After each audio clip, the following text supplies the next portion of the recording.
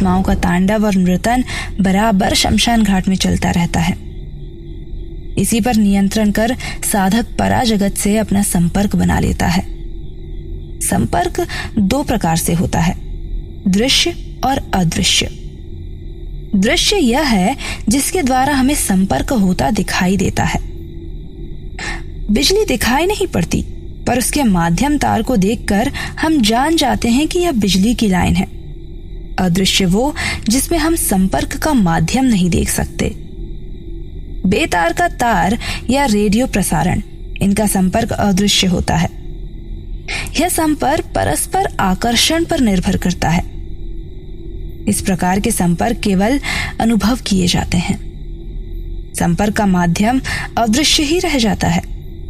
संसार का नियम है कि प्रत्येक पदार्थ में दूसरे पदार्थ को आकर्षित करने की शक्ति रहती है। न्यून या अधिक मात्रा में यह आकर्षण रहित या चुंबकीय शक्ति प्रत्येक अचल और सचल वस्तु में होती है। आकर्षण संसार का कोई पदार्थ नहीं होता। यह आकर्षण किसी पदार्थ में कम, किसी पदार्थ में ज्यादा होता है। इसी प्रकार जीवित प्राणियों में भी परस्पर आकर्षण होता है। एक दूसरे को वो खींचते हैं।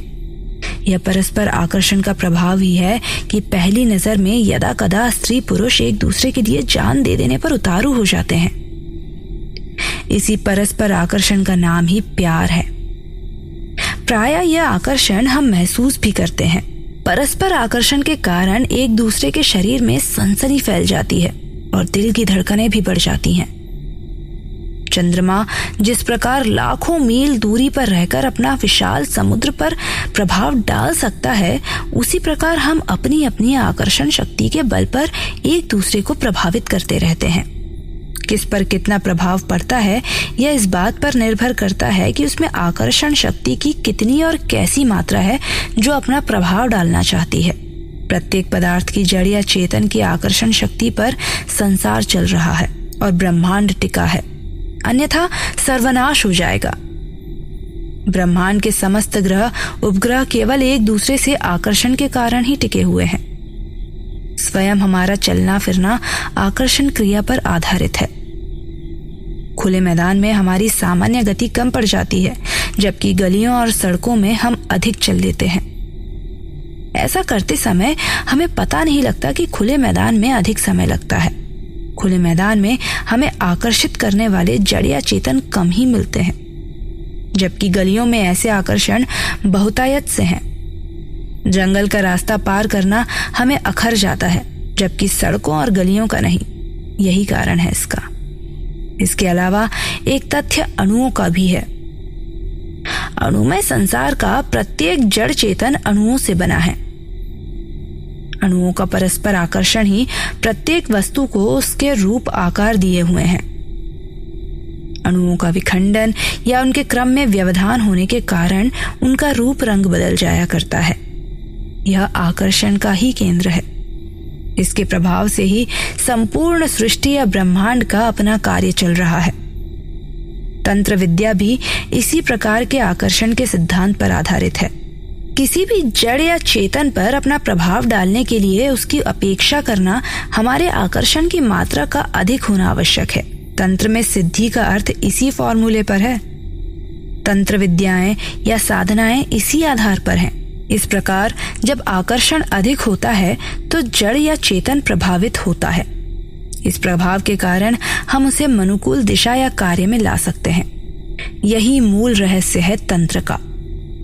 आकर्षण एक क्रिया है। हर क्रिया में यह शक्ति उपस्थित रहती है।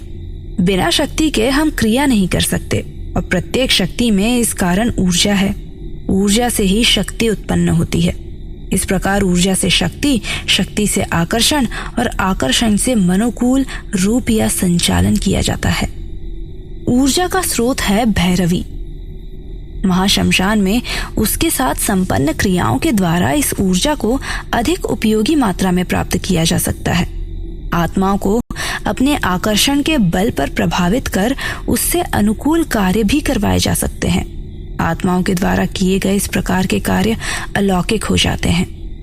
अलौकिक कार्य ही तंत्र की पहचान है। शमशान में जितनी सरलता से ऊर्जा को प्राप्त किया जा सकता है, उतनी सरलता से अन्य किसी स्थान पर नहीं। शमशान का वातावरण इसके लिए सर्वथा अनुकूल होता है। वातावरण प्रत्येक स्थान का एक प्रकार का नहीं होता है। घर के वातावरण से बाहर का वातावरण भिन्न होता है। हर वातावरण में वहां उपस्थित चल या अचल वस्तु का अपना प्रभाव होता है और उनके आकर्षण से वातावरण प्रभावित भी रहता है। इसी कारण साधना स्थलों का निर्धारण अलग अलग किया गया है। घर के वातावरण में पूजा पाठ लगभग असंभव सा है। वहां पूजा पाठ इतनी कारगर बात नहीं बनती जितनी कि मंदिर या इसके लिए विशिष्ट रूप से निर्धारित स्थान पर बनती है। प्रत्येक वातावरण में वहां की प्रत्येक उपस्थित वस्तु का प्रभाव होता है। विचार तरंगों का असर पड़ता है। इसी कारण से हमारा उद्देश्य प्रभावित रहता है। प्रभाव के कारण वह कारगर नहीं हो पाता। इसी कारण हमारे प्राचीन ऋषि मुनि जंगल, गुफाओं या एकांत में जाकर तपस्याएं किया करते थे। क्या बच्चे को घर पर नहीं पढ़ाया जा सकता? घर का वातावरण वैसा नहीं होता। इस कारण विद्यालयों की स्थापना की गई। वहां का वातावरण पढ़ाईमय होता है। समुचित वातावरण सफलता की पहली शर्त है। शमशान का विधान इसी कारण तंत्र में है। इस स्थान को तंत्र साधना के लिए सर्वोत्तम आधार माना गया है। शमशान और कामोत्तेजक भैरवी दोनों मिलकर साधक के लिए सफलता का मार्ग प्रशस्त करते हैं। तंत्र भैरवी के सहयोग से साधना में सफलता प्राप्त करना केवल एक अप्रतिम सौंदर्य का साक्षीभूत बनना ही नहीं, बल्कि प्रकारांत से सौभाग्य का साक्षीभूत बनना, सौभाग्य का सहभागी बनना भी होता है। शमशान के वातावरण में नीरव रात में साधक का वहां उपस्थित होना स्वयं में महत्वपूर्ण है।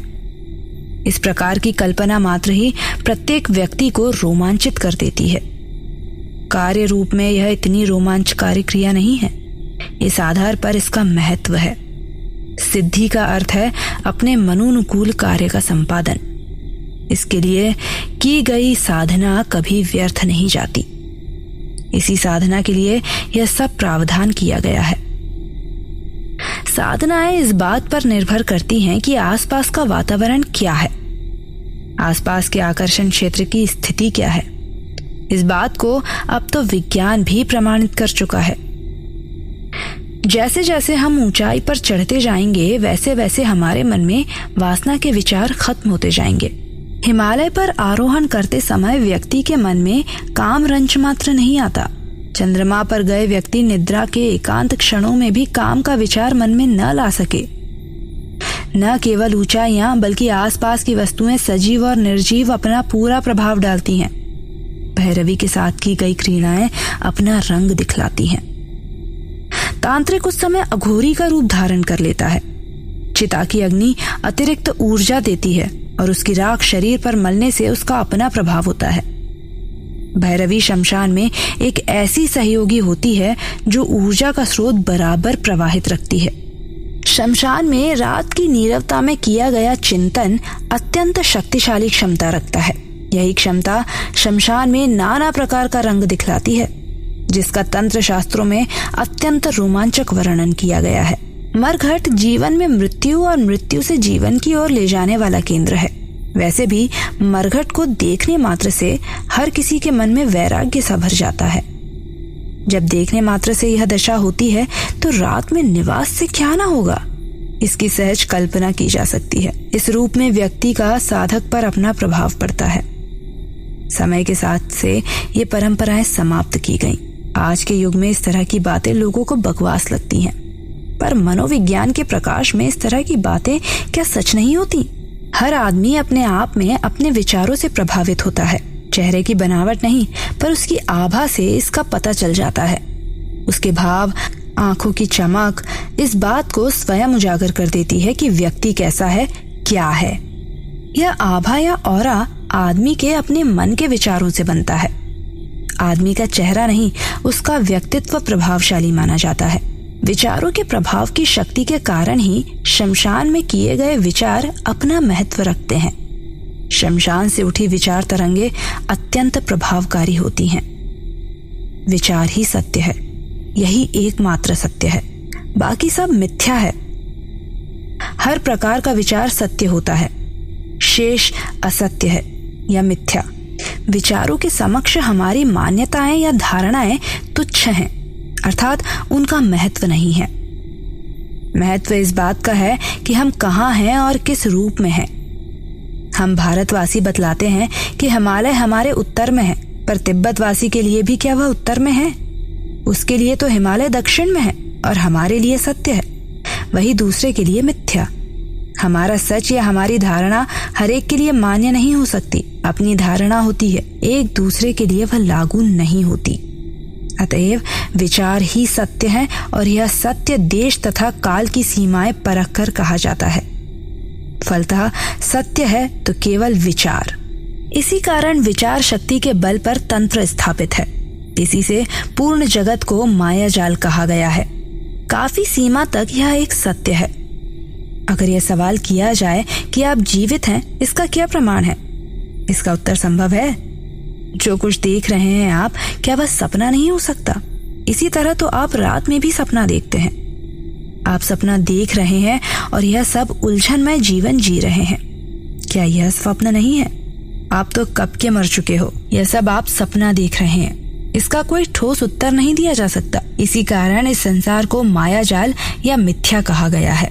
सत्य है तो केवल विचार, और विचारों के माध्यम की विशालता और उनकी ऊर्जा शक्ति ही हमें क्षमतामय बनाती है। विचारों को ही देवियों का रूप दिया जाता है। इसी गति का एक रूप भैरवी भी है, जो हमको या साधक को ऊर्जामय बनाती है। मेरी इस कहानी को सुनते रहने के लिए और नए एपिसोड्स की जानकारी के लिए शो को सब्सक्राइब करें और आसानी से पाएं माय पॉकेट सेक्शन में।